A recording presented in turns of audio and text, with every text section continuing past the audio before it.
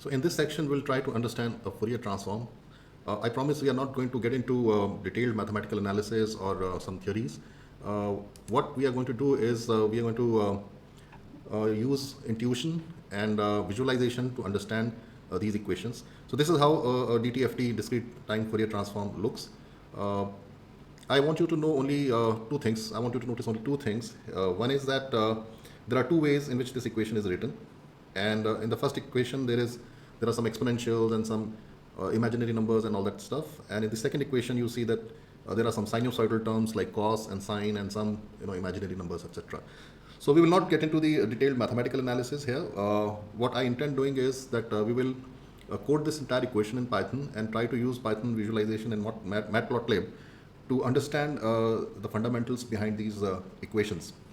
The second point is that as long as we can understand what a circle is and obviously what multiply and add operations are all about, that's sufficient for us to understand this complicated looking math.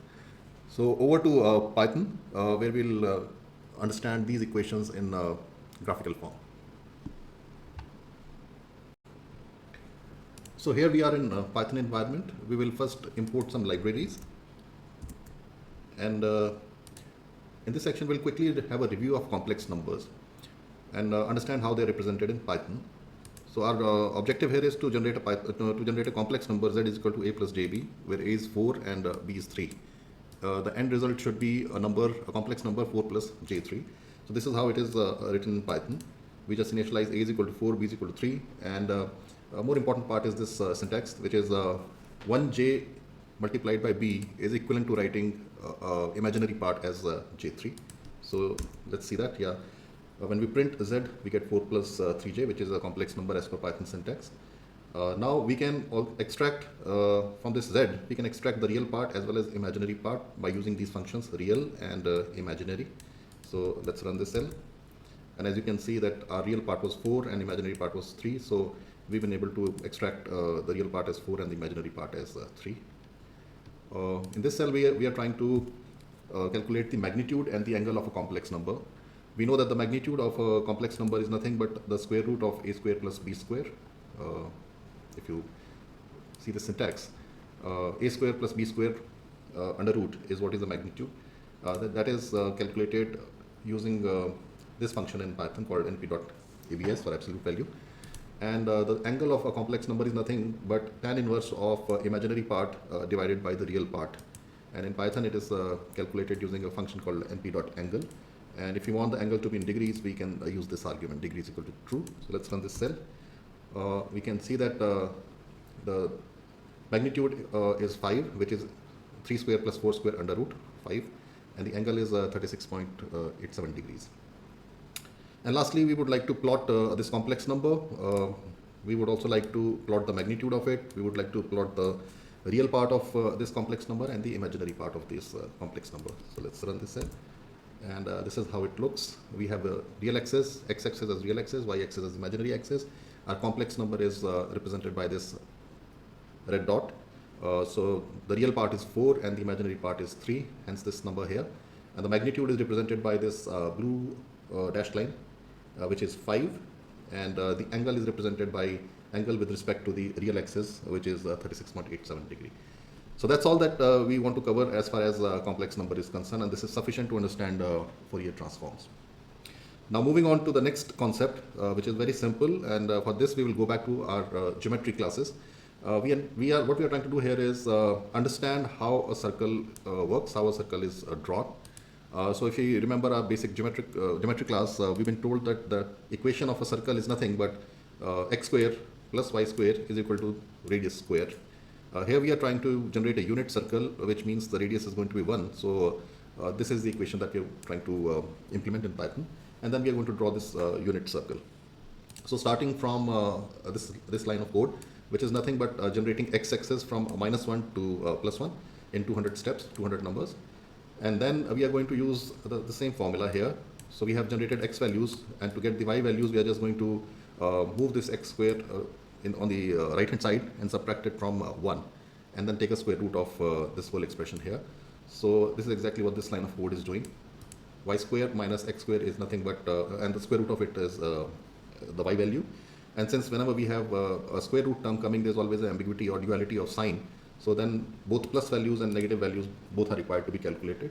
In fact, this positive square root is going to generate the upper half of the circle, and this negative is going to generate the lower half of the circle. So we are going to generate the y values by plugging in the x values. R in any case is 1.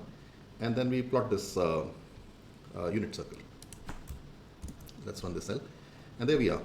So we have x-axis stretching from -1 to +1 as we initialized.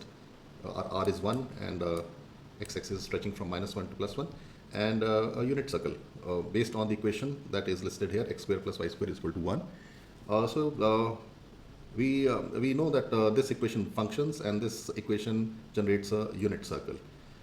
So now we will try to generate the same circle not through geometry but through trigonometry. And if you go back, we recall that in trigonometry there's an identity called cos square theta plus sine square theta is equal to 1. Now this has a very uncanny resemblance with the equation of circle, which is x square plus y square is equal to 1. That is, we are talking about the unit circle here. These two equations look quite similar.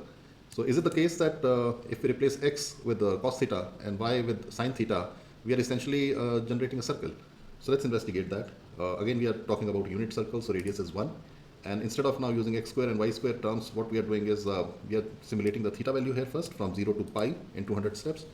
And then we are calculating, we are going to pass this theta value in the cos function and in the sine function. And then we are going to calculate this particular equation, cos square theta plus sine square theta. So now we have our x values, we have our y values, and we are going to plot x versus y and see whether it is resulting in a unit circle or not. So there we are. Actually, this identity cos square theta plus sine square theta is nothing but equation of a circle, of a unit circle. And this x-axis then is nothing but cosine axis, and y-axis is nothing but sine axis. So isn't it wonderful that geometry and trigonometry are related concepts, and we have been able to prove that the geometric equation of circle is same as the trigonometric equation of the circle. Now let's explore one more concept. Can we draw this unit circle using exponentials? Let us give it a try. So now in this particular section, we'll see that we are trying to generate an expression y is equal to exponential of x. Now we will generate some values of x and then calculate y accordingly. So starting, and all of this is, currently we are just talking about a real exponential functions. That means there is no complex part to it, there is no imaginary part to it. We are just talking about real numbers. So our real numbers on x-axis will start from -3 to 3, and we'll generate them in 200 steps. That's how this x will get generated, and then we are going to plug the value of x in this expression to get the value of y. So we are going to plug this value of x in the exponential function and generate the y values. And after that, we are going to plot both x and y to see whether it is leading to a unit circle or what kind of graph. So this is what it turns out. It doesn't look like circle at all. In fact, it's a classic definition of exponential function which says that if the value of x increases, the value of y increases exponentially or in a very drastic manner. So obviously our contention that real exponentials can be used to make unit circle is not the correct one. So what do we do? We can give one more shot, and instead of trying real numbers, let's try to embed complex numbers or imaginary numbers in the exponential function. So our idea here is that we are going to generate some x values, and we are going to declare them or manipulate them as imaginary numbers, and then see what happens. So again, we are generating our x values from 0 to 2 pi in 200 steps. And this time, if you recall, complex numbers are represented by the syntax 1j into the number. So we are generating a complex function, exponential function, and inside this exponential function, we are embedding x as an imaginary number. And then we are plotting the real part of this imaginary number, this y, and the imaginary part of this complex number, and see if what kind of graph we are able to generate from this. Wow, so something very interesting is happening here. When we inserted real numbers inside this exponential function, it was working as a classic exponential function. But the moment we insert imaginary numbers inside this exponential function, no matter how large this number x is, it can be anything. it starts to bounce around on this circle. And this is something very startling. Why is it bouncing around the circle? So is it is our conclusion correct that this particular expression is nothing but what we have been able to obtain using sine and cos, this function? So let's further investigate this. And now what we are going to do here is that we are going to generate points on this unit circle by both the methods. That is, we are going to use the exponential method that we just learned, using inserting imaginary numbers inside the exponential function, and then we are also going to generate the same points using cosine and sine, and see if they are matching. If they match, then our assumption that the trigonometric equation of a unit circle is same as that of exponential function. So here again, firstly we generate a unit circle from 0 to 2 pi, and after we have generated that unit circle, I am going to generate a value of k, which need not be small values like pi or pi by half or something, or any value which is related to angle. It can be a very large arbitrary value starting from any arbitrary number like 1, 2, 3, 4 to 5, 6, 7, 8. These are very large numbers in thousands, and I'm generating 10 of them. So let's see. When I insert this very large number into this exponential function and in this cos and sine function and plot them, let's see what happens. So these red dots are exponential functions, complex exponential function points, and these blue dots are because of cos and sine. And what we see here is that they are coinciding with each other. Well, that's something really very, very interesting, because if they are matching, and as it is they are matching, then this expression is true, which means the complex exponential is equal to a combination of cos and sine as written in a complex number format. And this is a golden equation which comes from Euler's formula.